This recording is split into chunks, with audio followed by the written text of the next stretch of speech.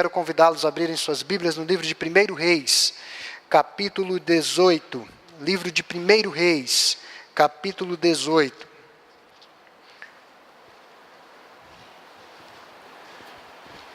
Obrigado. Livro de 1 Reis, capítulo 18.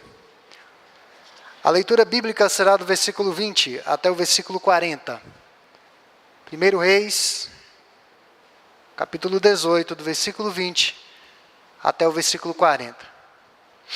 Curva sua fronte, nós vamos orar antes da leitura da Escritura. 1 Reis, capítulo 18, versículo 20 até o 40. Vamos orar. Pai, nós te agradecemos, porque a Tua palavra já tem falado a cada coração aqui essa noite. E, ó Deus, nesse instante em que iremos mais uma vez lê-la, e depreender dela ensinamentos para a vida, que o Teu Espírito Santo, ó Pai, aplique todas as verdades que serão extraídas das Escrituras essa noite aos nossos corações. Que sejamos desafiados pelo Senhor, que o nosso coração seja tocado pela Tua voz.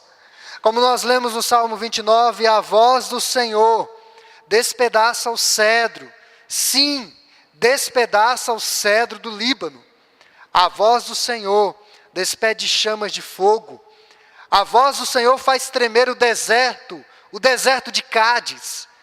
Ou seja, a voz do Senhor pode mudar a existência humana. Então, ó Deus, que a Tua palavra ache guarida em nossos corações essa noite. É o que te pedimos. Em Cristo Jesus. Amém. Meus irmãos, eu gosto muito das narrativas do Antigo Testamento, embora ultimamente eu não tenha pregado tanto nestas narrativas. E uma das narrativas que sempre me deixaram assim impressionado, dentre elas eu destaco duas. Uma é quando Abraão vai sacrificar seu filho Isaque no Monte Moriá. E estudando as Escrituras, eu fiquei mais surpreso ainda que quando Abraão foi sacrificar Isaque, Isaque tinha cerca de 21 anos. Isaque não era uma criança, já era um jovem. Como que um idoso iria, de quase 120 anos, matar o seu filho em sacrifício ao Senhor? Aquela narrativa, a primeira vez que eu li, eu confesso que fui às lágrimas. Tamanha a ação de Deus na vida de Abraão. E uma outra narrativa que me chama muita atenção no Antigo Testamento é essa que nós vamos ler agora. Em 1 Reis, capítulo 18, versículo 20 até o 40, que nos diz assim. Então enviou Acabe mensageiros a todos os filhos de Israel e ajuntou os profetas no Monte Carmelo. Então Elias se chegou a todo o povo e disse: Até quando cocheareis entre dois pensamentos? Se o Senhor é Deus, segui-o. Se é Baal, segui-o. Porém o povo nada lhe respondeu. Então disse Elias ao povo: Só eu fiquei dos profetas do Senhor, e os profetas de Baal são 450 homens. Deem-se-nos, pois, 2 novilhos. Escolham eles para si um dos novilhos, e dividindo-o em pedaços, o ponham sobre a lenha, porém não lhe metam fogo. Eu prepararei o outro novilho e o porei sobre a lenha e não lhe meterei fogo. Então, invocai o nome de vosso Deus. Eu invocarei o nome do Senhor. E há de ser que o Deus que responder por fogo, esse é que é Deus. E todo o povo respondeu e disse: É boa esta palavra. Disse Elias aos profetas de Baal: Escolhei para vós outros um dos novilhos, e preparai primeiro, porque sois muitos, e invocai o nome do vosso Deus, e não lhe metais fogo. Tomaram o novilho que lhes fora dado, prepararam-no, e invocaram o nome de Baal, desde a manhã até o meio-dia, dizendo: Ah, Baal, responde-nos. Porém, não havia uma voz que respondesse, e manquejando, se movimentavam ao redor do altar que tinham feito. Ao meio-dia, Elias zombava deles, dizendo: Clamai em altas vozes, porque ele é Deus. Pode ser que esteja meditando ou atentando a necessidades, ou de viagem, ou a dormir, e despertará. E eles clamavam em altas vozes, e se retalhavam com facas e com lancetas, segundo seu costume, até derramarem sangue. Passando o meio-dia, profetizaram eles, até que a oferta de manjares se oferecesse. Porém não houve voz, nem resposta, nem atenção alguma. Então Elias disse a todo o povo: chegai-vos a mim. E todo o povo se chegou a ele.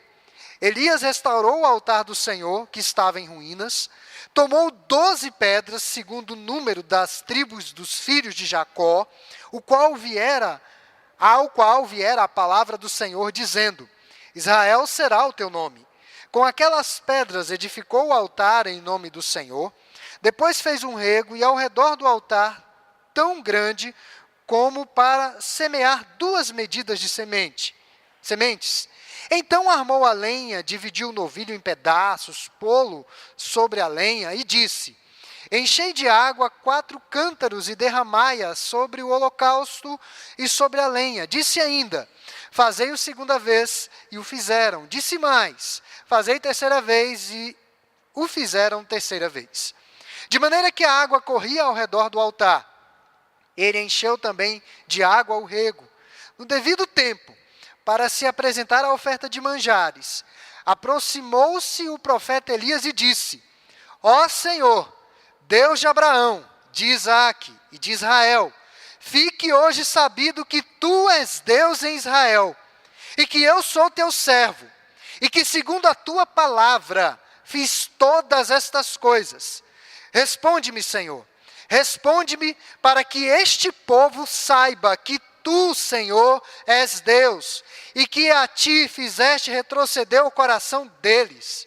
Então caiu o fogo do Senhor, e consumiu o holocausto, e a lenha, e as pedras, e a terra, e ainda lambeu a água que estava no rego.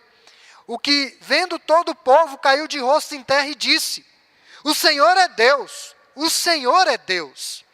Disse-lhes Elias: lançai mão dos profetas de Baal, que nenhum deles escape. Lançaram mão deles, e Elias os fez descer ao ribeiro de Quizon, e ali os matou. É uma narrativa impressionante. Impressionante. Se eu pudesse dar um outro tema, eu daria um outro tema a essa mensagem essa noite. Um com Deus é a maioria. É mais do que todo mundo. Mas não é essa a nossa temática. A nossa temática é coragem para honrar o nome de Deus. Há poucos dias nós ficamos chocados com a multiplicação de suicídios entre adolescentes. Claro que, dentre outros fatores, pelo envolvimento com o jogo Baleia Azul, que está acessível em uma rede social. O drama começa com um convite para uma página privada e secreta, e nela um instrutor começa a passar desafios aos seus novos jogadores. Claro que nós poderíamos depreender muitas reflexões do que está acontecendo com esse game nas redes sociais. Dentre eles, que os suicidas têm encontrado pessoas com a mesma disposição, grupos que eles têm afinidade para fazer o que eles já vêm pensando há algum tempo e são encorajados a fazer o que desejam fazer, em dar fim às suas vidas. Mas veja que o instrutor passa alguns desafios aos seus novos jogadores e a partir de então, o que parece um jogo inocente passa a ser algo macabro e até mesmo mortal. No total, são 50 desafios, tais como escrever com a navalha o nome daquele grupo na palma da mão, cortar o próprio lábio, desenhar uma baleia no corpo com uma faca, e dentre outros desafios bizarríssimos, até chegar ao final em que o instrutor ordena que aquela pessoa dê cabo de sua própria vida. Fica aqui, meus irmãos, claro, uma exortação aos pais para realmente estarem atentos ao comportamento de seus filhos, especialmente os filhos adolescentes. E devem fiscalizar o que esses filhos adolescentes têm feito na internet.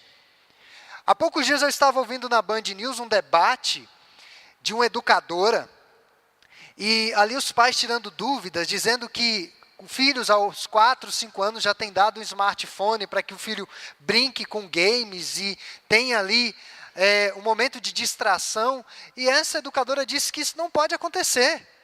A criança não já tem que ficar ali naquele mundo isolado, fechado, e muitos pais têm se assustado. Vejam depois na internet algumas reportagens de adolescentes que se suicidaram e a reação dos pais, que sequer sabiam o que eles estavam fazendo numa rede social. Será que não consegue perceber um corte de uma baleia no braço ou em outra parte do corpo? Será que não consegue perceber o desenho de uma baleia no braço? Parece que os pais não estão atentos ao que os filhos estão fazendo nas redes sociais.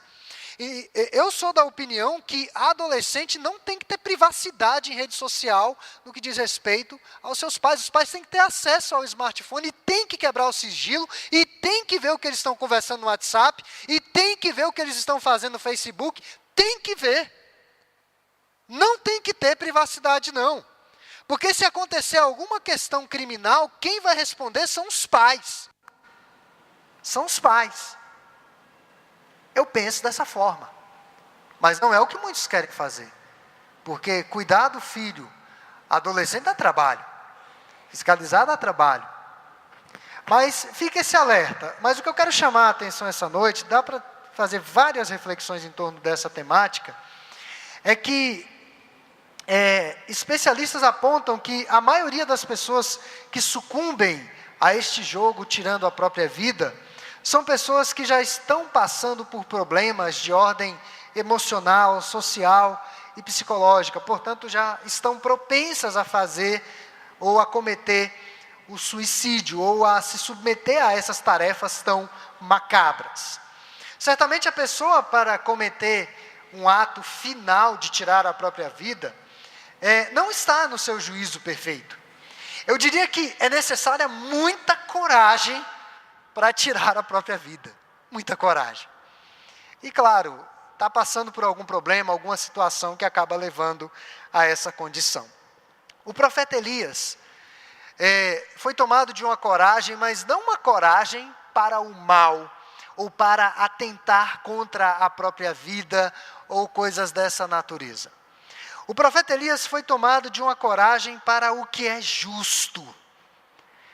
E veja que foi muita coragem, um momento de coragem. Elias foi tomado de uma coragem pela honra do nome e das palavras de Deus. Muitos chamariam Elias de louco, por desafiar a 450 homens de Deus, entre aspas. Ele pensava ser o último profeta do Senhor. Certamente Elias não sabia que Obadias estava escondendo mais de 100 profetas do Senhor em um local oculto. E depois esses profetas apareceram em Israel. Porque se eles estivessem em evidência, Jezabel iria mandar matá-los, como havia mandado matar a tantos outros profetas do Senhor. Então, a minha temática essa noite é coragem para honrar o nome do Senhor. De onde emanava a coragem de Elias para honrar o nome e a palavra do Senhor? A coragem de Elias emanava da convicção da realidade da existência de um Deus vivo. A convicção da realidade da existência de um Deus que está vivo. Eu quero retroceder no capítulo 17, apenas o versículo 1. Vamos ler juntos? Só virar a página aí, capítulo 17, versículo 1. Só o versículo 1. Vamos ler juntos? Então Elias, o tesbita, dos moradores de Gileade, disse a Acabe: tão certo como vive o Senhor, o Deus de Israel, perante cuja face estou, nem orvalho, nem chuva haverá nestes anos, segundo minha palavra. Elias já havia se encontrado com Acabe algumas vezes. Acabe e seus súditos pensavam que haviam alcançado o sucesso de enterrar de uma vez por todas o Deus dos israelitas. Foi em cima disso que Acabe trabalhou durante todo o seu reinado. A desmoralização do nome de Deus. E aqui o texto que nós lemos no capítulo 18, versículo 20, os versículos mais à frente nos falam que o povo cocheava em dois pensamentos. Ou seja, havia uma ambivalência religiosa. O povo servia a Deus e servia a Baal. Estava com seu coração dividido. Jesus disse no Sermão da Montanha que é impossível servir a dois senhores. Porque ou eu vou agradar um no momento e desagradar outro, ou eu vou agradar outro no outro momento e desagradar o primeiro. Então não tem como servir a dois senhores. E o povo pensava que poderia servir a dois senhores. Sem ninguém saber de onde, um homem humilde do campo, de vestes assim modestas, um homem de modos rudes, sobe as escadarias do palácio real, entra na sala do trono, e antes mesmo que qualquer guarda cale a sua boca e o tire da sala, já diante do rei, esse homem não se atemoriza, esse homem não se humilha, mas categórico, com uma fé inabalável, sem o menor temor, ele desfere a sentença divina contra um dos mais temidos e cruéis soberanos do mundo antigo. É o que nós vemos no versículo 1 do capítulo 17. Todos que estavam na sala, se os irmãos lerem a sequência do relato, ficaram atônitos. O rei, a guarda, enfim, todos ouviram com respeito e muita atenção as palavras que o profeta havia propalado naquele saguão. Após essa demonstração de obediência a Deus, coragem diante do rei, e principalmente, irmãos, confiança na palavra de Deus, por um determinado tempo não vai chover. Não vai chover porque o Senhor disse que não vai chover. E é para saber que Deus está vivo. Deus não morreu. Deus está vivo e ainda agindo em meio ao seu povo. Depois de proferir a sua palavra, a palavra de Deus, Elias virou as costas e saiu como entrou, firmemente, sem ninguém detê-lo e sem ligar para que os outros estavam pensando a seu respeito.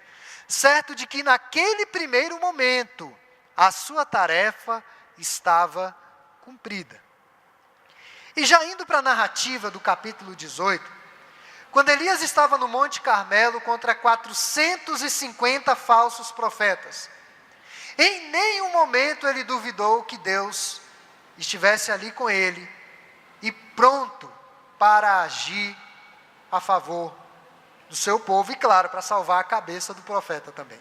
Quero chamar a atenção para os versículos 36 e 37, que nos diz o seguinte: no devido tempo, para se apresentar a oferta de manjares, aproximou-se o profeta Elias e disse: ó Senhor, Deus de Abraão, de Isaque e de Israel, fique hoje sabido que tu és Deus em Israel, e que eu sou teu servo, e que segundo a tua palavra fiz todas estas coisas. Responde-me, Senhor, responde-me para que este povo saiba que tu, Senhor, és Deus, e que a ti fizeste retroceder o coração deles. A notícia que chega é que o Deus de Israel ainda vive. Elias conhecia esse fato em sua vida. Acabe e seus súditos haviam cometido um sério erro de cálculo. Mesmo que existisse apenas um homem com Deus, ele seria a maioria. Porque, irmãos, convenhamos, 450 homens contra um só. O que me deixa, dentre tantas questões que me deixam chocado nessa narrativa, é como que Elias conseguiu matar 450 homens sozinho. Pediu para segurar e matou os 450 profetas de Baal no final da narrativa. E isso prova que um com Deus representa a maioria. Um homem ou uma mulher totalmente entregues na mão do Senhor, convencidos da soberania de um Deus que é onipresente, onisciente e onipotente, que pode intervir em todos os assuntos humanos, consegue sim ter a coragem e a ousadia ilimitada de Elias e confrontar qualquer pessoa, seja qualquer pessoa que esteja em oposição a Deus, qualquer uma delas. Não precisa ser um Silas Malafaia, não precisa ser ninguém dessa natureza. Basta ter a sua vida depositada no Senhor. Deus transforma pessoas e usa esses vasos de barro para que a sua glória fique expressa.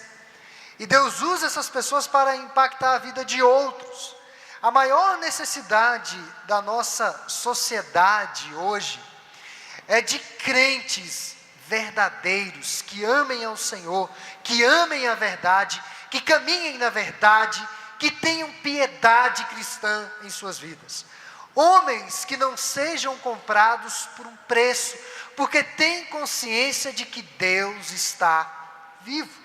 Pessoas que têm uma profunda convicção do seu chamado e convencidos da realidade da existência desse Deus. Mas segundo, a coragem de Elias para honrar o nome de Deus emanava também da convicção de que ele era apenas um servo, apenas um súdito do Senhor, nada além disso, servo do Senhor. Chama atenção para o versículo 36 que nós já lemos. Eu vou apenas recortar o trecho da oração de Elias, na parte B, no finalzinho, que ele diz assim: e que eu sou o teu servo. Em sua oração ousada, diante daqueles exaustos profetas, Elias disse: eu sou servo do Senhor. Deus poderia simplesmente ter determinado a anjos que comunicassem as suas advertências, mas Deus constantemente usa pessoas fracas, pecadoras, para que os seus propósitos eternos sejam cumpridos. Ou seja, irmãos, Deus nos usa.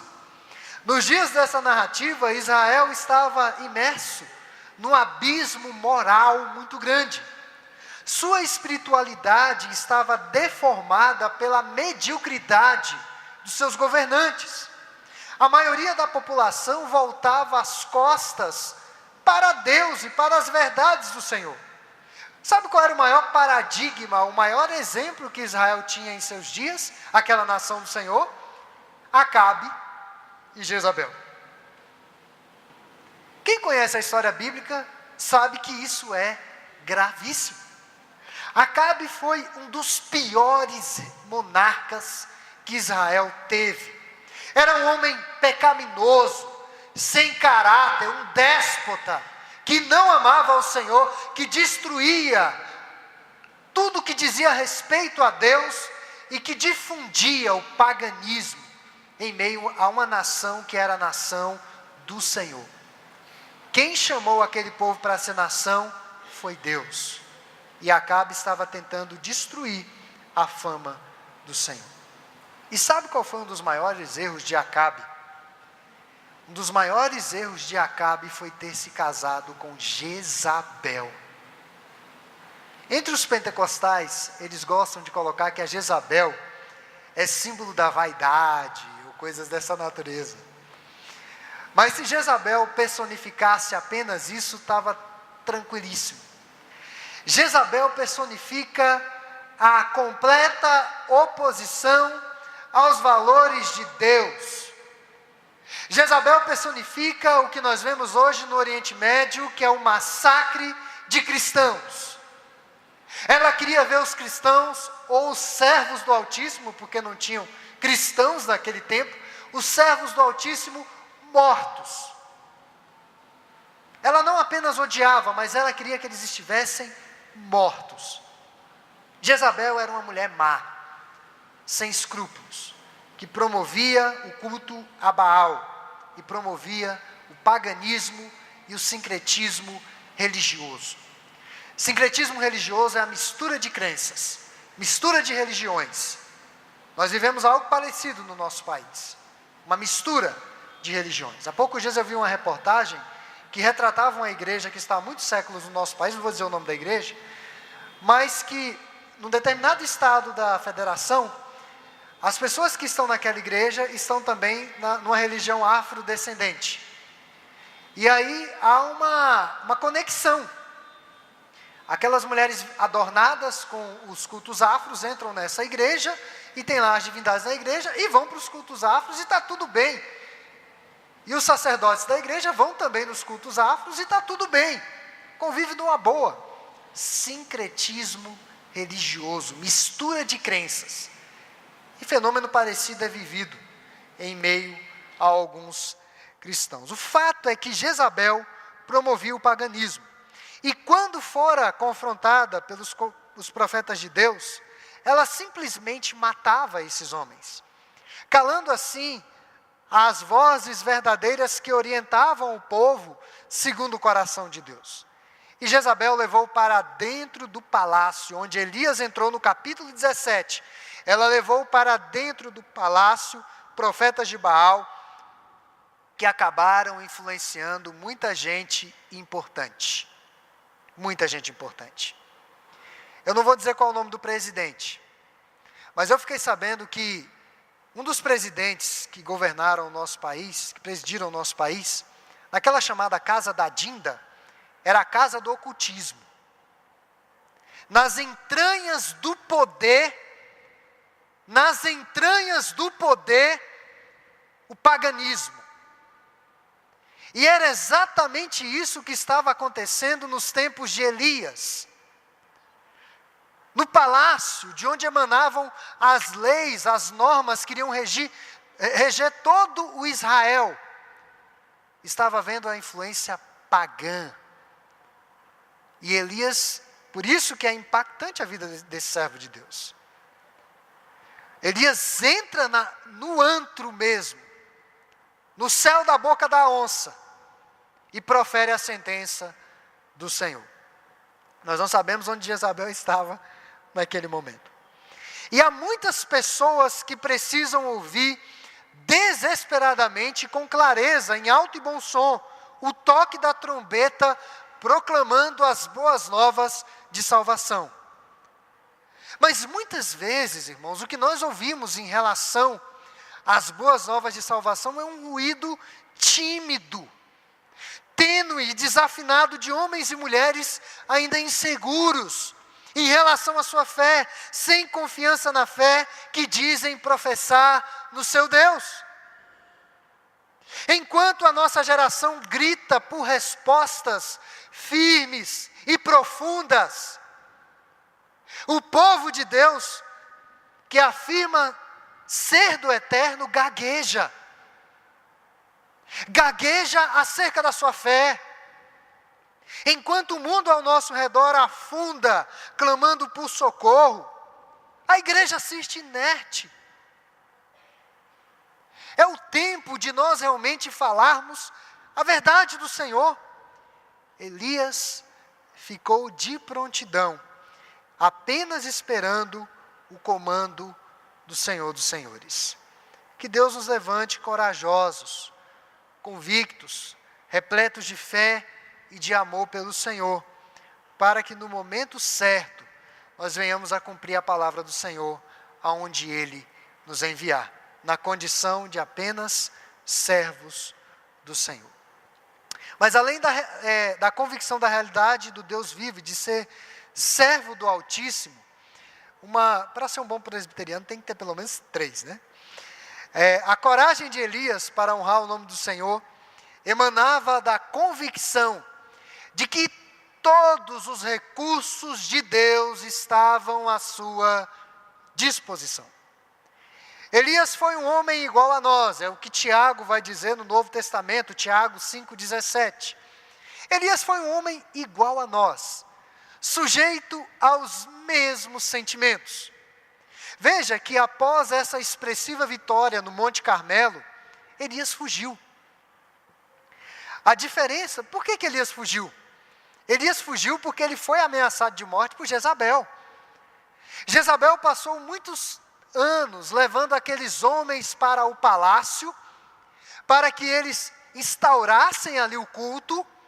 Meus irmãos, imagine na nossa igreja, se perdemos aí todos os pastores de uma vez. Isso é um estrago muito grande. Até ser recuperada aqui o púlpito, trazer um pastor ou outros pastores, isso leva tempo. Então Elias desarticulou o que Jezabel havia instaurado por muitos anos ali em Israel. E Jezabel ficou possuída de ódio. E ela disse: eu vou matar esse Elias. Meus irmãos, Deus é tão tremendo. Deus é tão tremendo. Por isso que eu falo que a vida de Elias é uma vida inspiradora. Deus é tão tremendo que Elias foi um dos privilegiados que sequer passou pela morte. Elias não passou pela morte física. Elias não morreu nem de panela. Muito menos pelas mãos de Jezabel. Ela falou: eu vou matar, de vingança eu vou matar esse profeta. Ele nem pela morte passou. Ele foi trasladado numa carruagem de fogo, enfim, aquela visão bem diferente das coisas. Elias não passou pela morte física. E Elias é reputado como o maior profeta que já existiu em Israel. Na transfiguração, quando Jesus está ali no monte chamado Monte da Transfiguração, quem aparece? Elias, Moisés. Elias representando a lei, aliás, Elias representando os profetas e Moisés representando a lei. Nem pela morte física ele passou. Mas ele teve medo. Depois que ele venceu aquela batalha no Monte Carmelo, fugiu. Possuía uma natureza pecaminosa. Elias passava por altos e baixos. É a primeira pessoa na Bíblia que nós temos notícia que estava numa depressão profunda. Elias estava tão deprimido que não queria ver a luz do dia. Estava numa caverna, quando o Senhor foi visitá-lo. De tão deprimido que ele estava. É a primeira notícia que temos de alguém deprimido na Bíblia. E ele disse: Senhor, só eu restei. Eu não vou dar conta de vencer a essa batalha. Eu não tenho todos os recursos. E Deus disse: Elias, não. Tem mais de 6.000 homens lá que não se curvaram perante Baal. Você tem que voltar. Você precisa continuar. A diferença entre Elias e qualquer outro homem era exatamente a fé que ele tinha no seu Deus. Elias encontrou em Deus coragem para enfrentar um rei perverso e vingativo. Veja que na narrativa do capítulo 18, quando os profetas de Baal não conseguem respostas do seu Deus, o profeta passa a zombar deles. Versículo 27. Totalmente tomado da convicção de que Deus está vivo, de que Deus iria respondê-lo. Totalmente tomado da convicção de que ele era servo de Deus, então não era ele quem iria fazer, mas era Deus quem iria fazer. Elias começa a zombar daqueles homens. Baal era conhecido como o Deus que cavalga sobre as nuvens, o trovão era a sua voz e o raio era a sua arma. Era assim que o temido Baal era conhecido no mundo antigo. Trocando em miúdos, o povo acreditava que Baal era quem controlava as estações do ano, era quem comandava a produtividade da terra e dava comida, alimento aos homens. Eles acreditavam que Baal era esse Deus. Eles acreditavam que Baal era senhor dos recursos. Elias ridicularizou Baal e, ao fazê-lo, ele demonstrou conhecimentos dos mitos de Baal. Os profetas gritaram, dançaram, e essas manifestações eram uma forma de atrair a atenção dos deuses. Chegaram ao ponto de se mutilarem, o sangue correndo. E essa mutilação era proibida na lei mosaica. Eles manifestaram a estupidez da fé em Baal, através do absurdo de seus atos. Isso daí tudo, irmãos, foi uma demonstração dramática da incapacidade de Baal. Depois das 15 horas, o texto fala ao meio-dia, Elias chegou, eles começaram desde de manhã a clamar a Baal. Ao meio-dia, Elias já chegou e falou, gente, olha, vocês têm que, não sei se ele tirou férias, né, ou se ele está surdo, se ele está dormindo, faz mais barulho aí, né? E por volta das 15 horas, depois que tudo estava preparado, que houve os preparativos para Deus se manifestar, na chamada tardinha para os judeus, Elias orou demonstrando que não estava usando nenhum truque. Nenhum truque. A aposta era que o fogo consumisse o holocausto. A glória de Deus foi tão grande que consumiu tudo que estava por ali. Tudo. As pedras, eu nunca vi pedra ser consumida pelo fogo assim. As pedras, a lenha, o sacrifício, a água que ali estava, para provar que realmente havia acontecido uma manifestação sobrenatural. Elias simplesmente orou ao Altíssimo, o que contrasta com as danças e as autoflagelações dos Baalins. Aqui tem uma lição, entre aspas, que a gente aprende. O poder de Deus não é atraído e não funciona quando ficamos em estado de êxtase. Não precisa haver um clima, não precisa haver uma música mais assim, não precisa gritar, não precisa se espernear. Eu diria que Elias fez uma oração bem presbiteriana aqui. Ele não dançou, ele não gritou, ele não se feriu, teve nada disso. Apenas se dirigiu ao Senhor. Ele orou ao Deus de Abraão, ao Deus de Isaque, ao Deus de Jacó, e isso significa que ele orou ao Deus da aliança, o Deus que havia colocado Israel no mapa, ao Deus que faz mesmo quando nós falhamos, ao Deus que é fiel a si mesmo, ao Deus que é fiel ao pacto que ele firmou. Porque quando Deus firmou uma aliança com Abraão, Deus não pediu a Abraão para passar entre os pedaços. Abraão caiu em profundo sono. Quem passou entre os pedaços foi o Senhor, dizendo que ele honraria o pacto. Após a oração de Elias, fogo desceu dos céus, consumindo o sacrifício. Então o povo clamou, o Senhor é Deus, o Senhor é Deus. Foi em nome do Deus do pacto que Elias realizou os feitos naquele dia, na esperança de que os idólatras vissem a luz e retornassem aos antigos caminhos da nação. Elias era apenas uma voz que clamava aos homens a preparar o caminho do Senhor. Pode ter parecido um grande homem naquele dia, mas foi Deus quem realizou o milagre. E os circunstantes entenderam, porque eles glorificaram a Deus.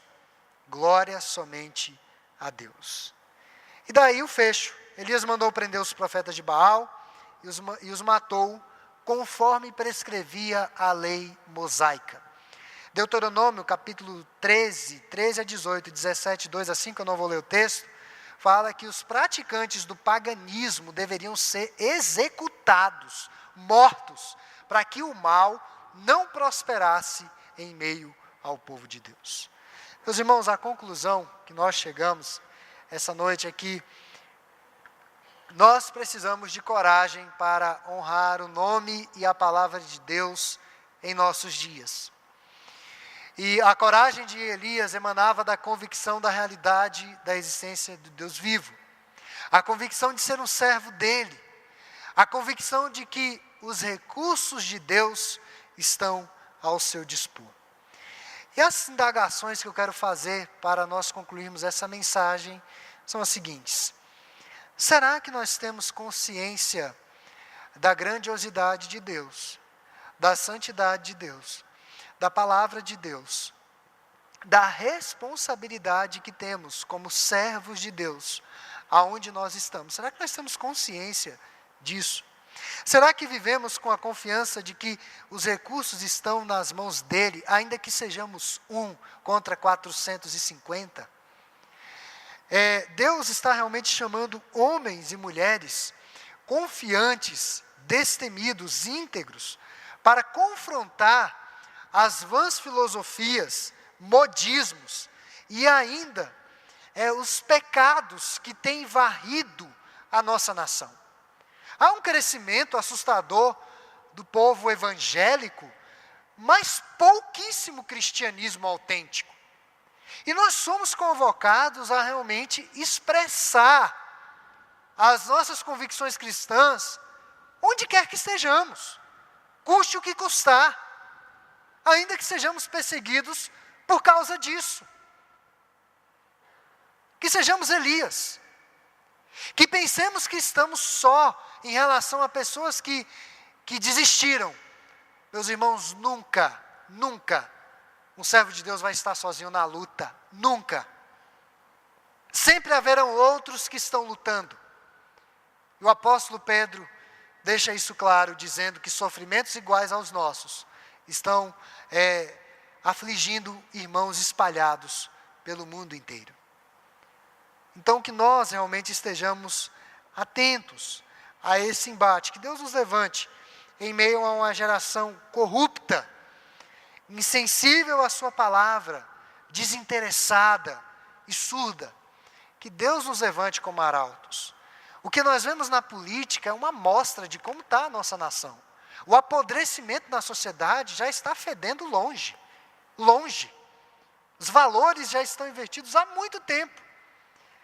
E que Deus levante Elias em nossos dias, com coragem no Senhor, para dizer que Ele está vivo, para propalar os seus valores, apenas na condição de servos do Altíssimo, e que toda a glória seja do nosso Deus. Amém.